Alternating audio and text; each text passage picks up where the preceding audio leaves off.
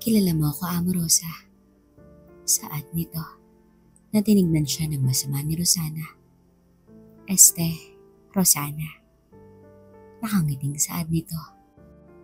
Nagulat si Rosana pagkatapos niyang basahin ang text message sa phone na binigay sa kanya. Totoo ba to? Tanong niya na tumango lang ito at inubos ang kape niya. Kaibigan mo ako, Rosana, kaya ako ginagawa to. Saad ng babaeng kaharap niya. Hindi naman nagsalita si Rosana. Nakatitig lang siya sa screen ng phone. Hindi lang ako ang nakatanggap niyan. 3 kami. Pero saad ng babae na napatingin naman sa kanya si Rosana. Hindi mo na kailangan pang intindihin yan. Saad ng babae.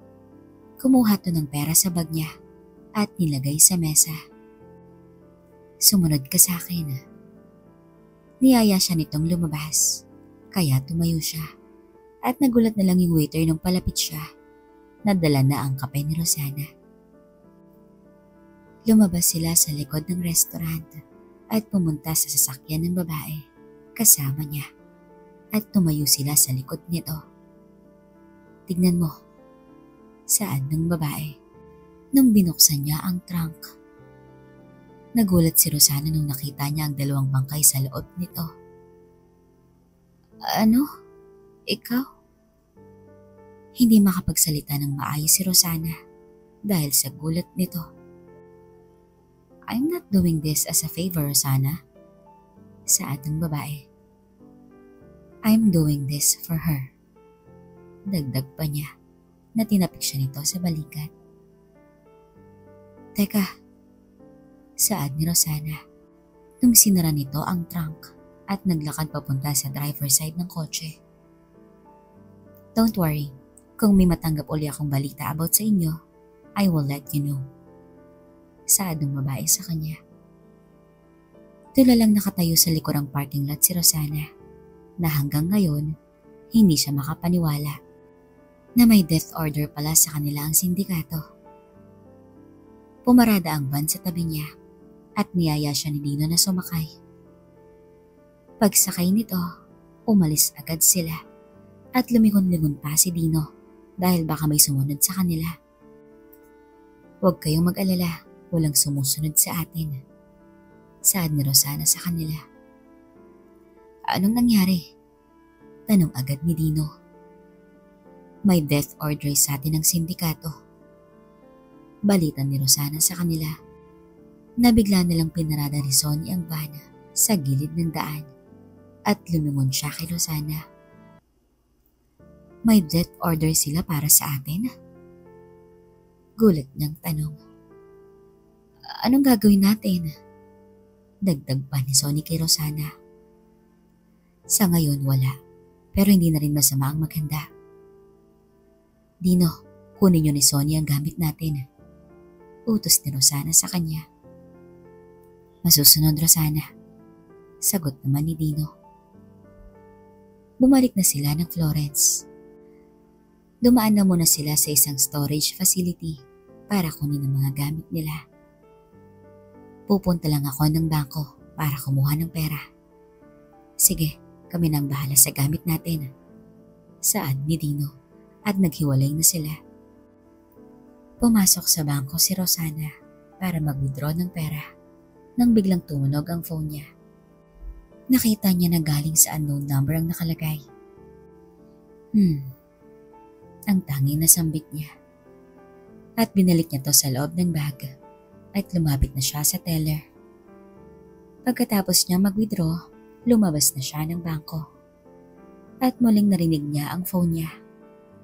Kinuha niya ito at nakita niya na unknown number ulit ang nakalagay. Pinatay na lang niya ang ringer at nilagay niya to sa vibrate. Saka to naglakad papunta kina Dino. Nang maramdaman niya ang vibrate ng phone niya sa kanyang bag, huminto siya at tumabi sa gilid ng daan at kinuha ito. Sino ba tong tawag ng tawag sa akin? Saad niya sa kanyang sarili, kaya sinagot niya na to. Pero hindi siya nagsalita. Hello? Saad ng tinig sa linya. Hello? Rosana? Nagulat siya sa boses ng taong tumawag sa kanya. Hello? Alam kong nakikinig ka. Saad nito sa kanya na parang nangatog ang mga tuhod niya at parang matutumba siya sa narinig niyang boses. Ken? Oo, ako to. Sagot ni Ken. Naglakad ng kaunti si Rosana at naupo siya sa silya sa isang cafe. Napansin naman siya ng waiter kaya nilapitan siya nito. Just coffee please. Saad nito sa waiter. Nanginitian naman siya nito at umalis rin kaagad. Paano mo nakuha ang number ko? Tanong ni Rosana sa kanya. Hindi na importante yun. Nagsinungaling ka sa akin. Dugtong pa nito. Napatakip sa bibig si Rosana at naluha siya. Patawarin mo ako, Ken. Bakit hindi mo sinabi ang totoo? Bakit nilihim mo sa akin na may anak pala tayo? Tanong ni Ken sa kanya na tumulo na ang luha ni Rosana. Dahil wala tayo sa posisyon noon para pag-usapan ng bagay na yan. Sagot ni Rosana na nagpahid siya ng luha. Alam ko, pero kahit na noong nasa sementeryo tayo, nung tinanong kita tungkol dyan, bakit hindi mo sinabi sa akin ang totoo? Dahil alam mo na ang rason, Ken. Sagot na lang ni Rosana na nagtaka naman ng waiter nung bumalik ito. Dala ang kapeng in-order ni Rosana. Okay lang ho ba kayo, ma'am? Sa salitang Italiano. Tanong ng waiter sa kanya. Oo, okay lang ako. Sagot naman ni Rosana sa kanya at umalis na ito. Paano mo nakuha ang number ko? Tanong nito kay Ken. Kanino pa nga ba? Napangiti na lamang si Rosana. Yung batang yun, saad na lang nito. Alam mo bang iniwanan niya ako ng litrato sa kotse ko? Oo, alam ko. Kailan niya binigay ang number ko? Walang ibang nakakaalam nito maliban sa kanila. Pagpilit na tanong ni Rosana. Nakatanggap ako ng email galing sa kanya noong nakaraang buwan. Saad ni Ken. Nakaraang buwan? Teka. Oo, binati niya ako sa birthday ko. Oo nga pala, sorry. Belated happy birthday. Salamat. Kamusta ka na? Tanong ni Ken sa kanya. Maayos lang ako. Ikaw? Maayos lang din. Sagot ni Ken na narinig naman ni Rosana ang boses ni Cello sa background. Pasensya na, mag-usap na lang tayo sa susunod. Saad ni Ken sa kanya na natawa na lamang si Rosana. Oh, Kenneth. Ang tanging nasambit ni Rosana. Pinabanan ni Ken ang phone nito na napangiti na lang siyang nakatingin sa phone niya. Gusto ko sanang sabihin sa'yo, Ken, na namiss kita. Mahinang saad nito habang nakatingin sa phone niya. Binalik niya na sa bag ang phone niya at ininom na ang kapeng in-order niya habang nagpapahid siya ng luha sa kanyang pisngi. Gumaan ang pakiramdam niya nang marinig niya ang boses ni Ken at pansamantalang nawala sa kanyang isipan ang natuklasan niyang balita tungkol sa sindikatong naghahanap sa kanila. Makalipas ang ilang minuto, umalis na rin si Rosana at pumunta na siya kina Dino at Sonny na ngayon ay naghihintay na sa kanya. Pasensya na kung natagalan ako ha. Saad niya sa dalawa. Wala yun. Sagot naman ni Dino na nagtaka siya dahil nakita niyang nakangiti lang si Rosana habang nakatingin to sa bintana ng van nung pauwi na sila sa villa. Nagkatinginan lang sina Sonny at Dino at nagkibit-balikat na lamang sila at tinoon na ang atensyon sa daan pauwi sa villa. Akala ko ba mamayang hapon pa ang dating niyo? Tanong ni Alejandra sa kanila nung dumating na sila sa villa. Maaga kasing natapos ang meeting ko, Yaya. Akala ko kasi matatagalan. Rason na lamang ni Rosana. Padagong pinasok ni Dino at Sonny ang mga gamit nila sa likod ng bahay. Kaya nung naipwesto na nila to, ay pumasok na sila sa loob at tumingin kay Rosana. Yaya, magluluto tayo ng tanghalian. Saad ni Rosana sa kanya. Sige, ano bang gusto niyong kainin? Tanong naman ni Alejandra sa kanila. Bulalo! Saad ni Sonny na napailing na lamang si Dino. Kahit ano, Ali. Sige, ihahanda ko lang ang mga kailangan ko. Magpahinga lang kayo dyan at ako nang bahala sa kusina. Sagot ni Alejandra sa kanila. Pag-alis nito, lumapit agad ang dalawa kay Rosana. Simulan niyo na. Utos niya sa dalawa. Masusunod, boss. Sagot nila. At kumilos na rin silang dalawa. Habang umakyat naman sa kwarto si Rosana at naupo sa kama niya. Kinuha niya ang phone niya. Tinignan niya ang kanyang call log at ang unknown number na nakasulat dito. Ken, saad nito. Nilapit niya sa mukha niya ang phone niya at pinikit ang kanyang mga mata. Humiga siya sa kama at tumingin sa kisame. Dahan-dahan niyang pinikit ang kanyang mga mata. Bembang na ba yan?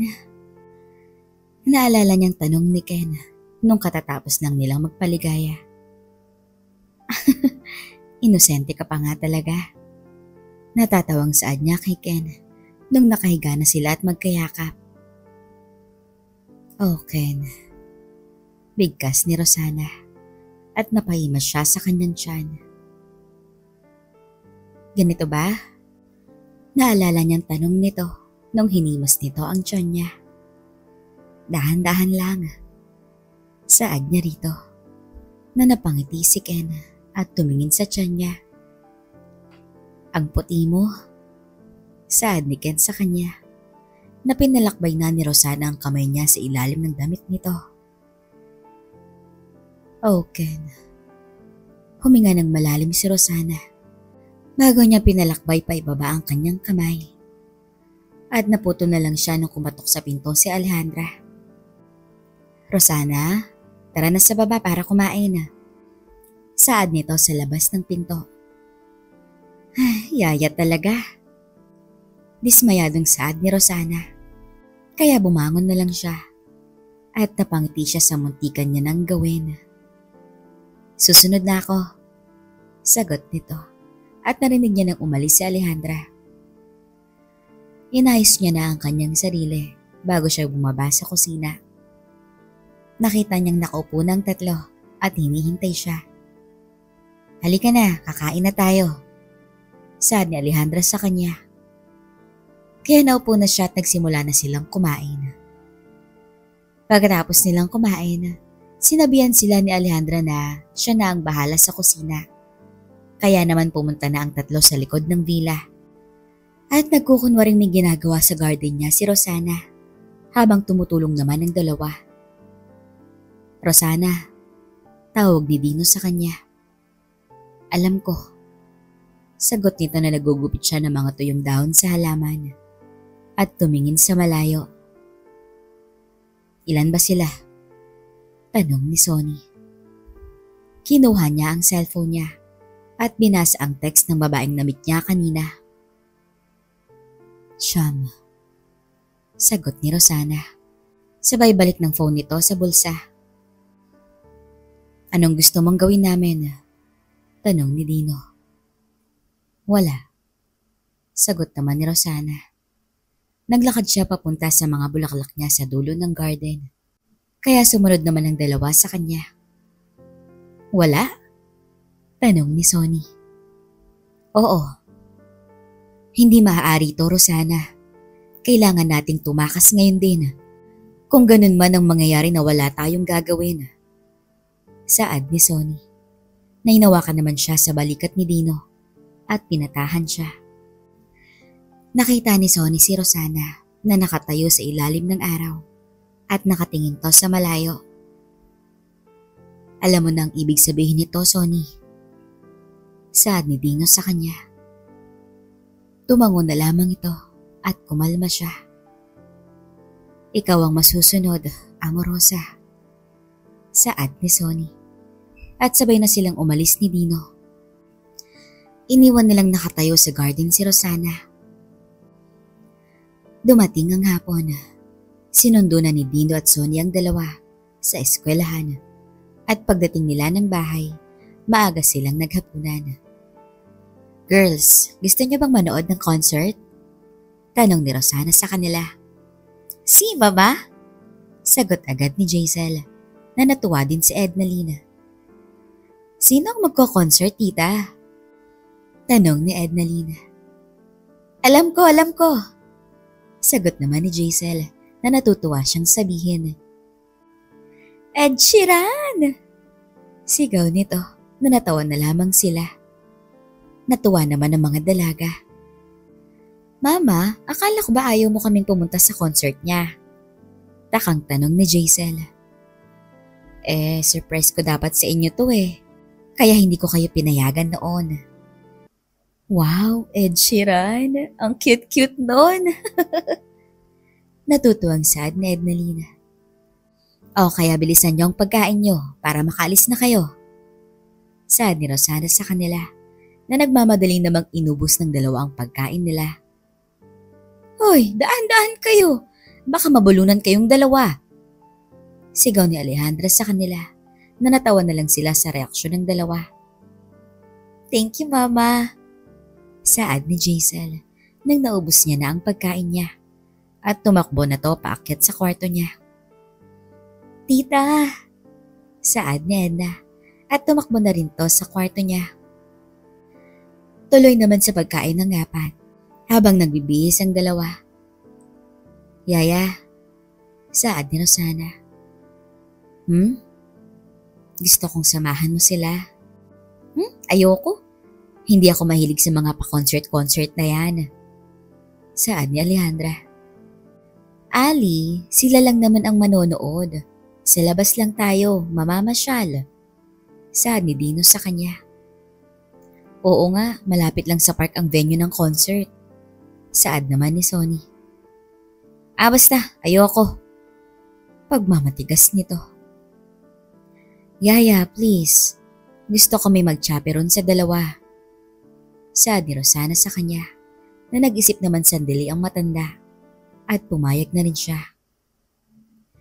Nagbihis na rin sila. Habang si Rosana na ang nagligpit sa kinainan nila. At nung natapos na silang magbihis, sabay-sabay na silang lumabas papunta sa van na inatid pa sila ni Rosana. Behave girls, ha? Paalala ni Rosana sa dalawa. No problem, Mama. Saad ni Jaisel at binigay na niya sa kanila ang tickets na natuwa naman ng dalawa. Rosana, tawag ni Dino sa kanya. Natumango lang siya at nakita niya na hindi kampante si Dino at Sonny. Naiwan lang siyang mag-isa. Kaya lumapit sa kanila si Rosana.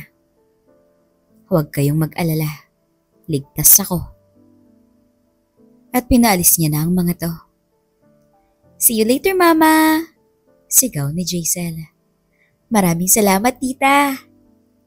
Saad naman ni Ednalina na kumaway siya sa kanila nang papalayo na sila sa villa. At nung lumayko na sila palabas ng mahabang driveway, tumingin si Rosana sa palubog na araw. Pumasok na siya sa loob at sinara ang pinto. Pumunta siya ng kusina para magtimpla ng kape.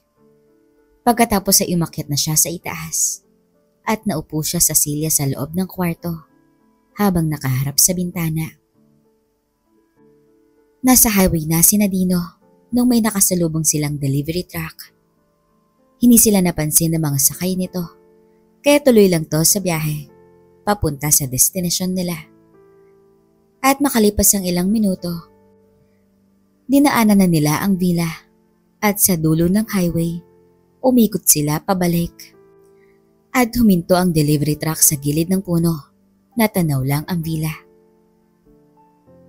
Bumaba ang bintana sa passenger side ng truck at lumabas ang mahabang lens ng isang kamera at tinuon to sa direksyon ng villa na tila may hinahanap ito. Lead, the house seems empty. Saad nung may hawak ng kamera. Keep on the lookout, sagot ng team leader. At maya-maya lang, Lead, one silhouette spotted on the second floor of the house. Balita ng spotter. Kinunan niya ito at maya-maya lang lumabas na to sa monitor at nakita to ng team lead na nasa command base sa loob ng truck. Good job, saad ng team lead at tumingin siya sa 6 niyang tauhan. Prep your gears and stand by. Utos niya sa 6 na agad naman silang kumilos at nilabas ang mga gamit sa loob ng bag. Lead, target is on the move, going downstairs. Balita ng spotter na nakaupo sa harap ng truck. Acknowledge. Team, be ready in 5. Tech, give them the radios. Utos ng team lead at kumilos agad ang tech. Kinuha ang 6 na radio sa isang itim na maleta at isa-isa niyang binigyan ng kasamahan niya. Lead, tawag ng spotter. Go ahead, sagot ng team leader. Subject is on the move, heading upstairs. She's in a room. Wait, wow, saad ng spotter na nagkatinginan ng team lead at ang tech. What's going on? Sir, subject is taking her clothes off. Report ng spotter na kinunan niya to ng litrato. At nanlaki ang mata nilang 8 nang makita si Rosana na nakatupis lang. Wow! Saad nila nang makita nila ito. Alright, I believe the time is come for us to start the operation. Saad ng team leader. Na binuksan na ng isa ang likod ng truck at lumabas na yung 6. Nakonect na ng tech ang radio communication nilang lahat kaya dahan-dahan nang umabante ang 6 papunta sa villa. Habang nakamonitor naman ang spotter sa location ni Rosana. Huminto muna ang 6 nung 90 meters na lang sila mula sa villa. Naghintay sila ng signal mula sa team leader nila. Standby team. Saad ng team leader nila habang tinatawagan ng tech ang amo nila sa Pilipinas. Sir, open na po. Saad ng tech. Kaya sinuot agad ng team leader ang Bluetooth sa tenga niya. Good morning, sir. Bati nito sa matanda. Good morning. Status report. Tanong ng matanda. Sir, the intel is confirmed. We have spotted the subject alone in the house. And my team is on standby, awaiting for your order. Balita ng team leader sa matanda. We are sending you the photo for confirmation. Saad nito.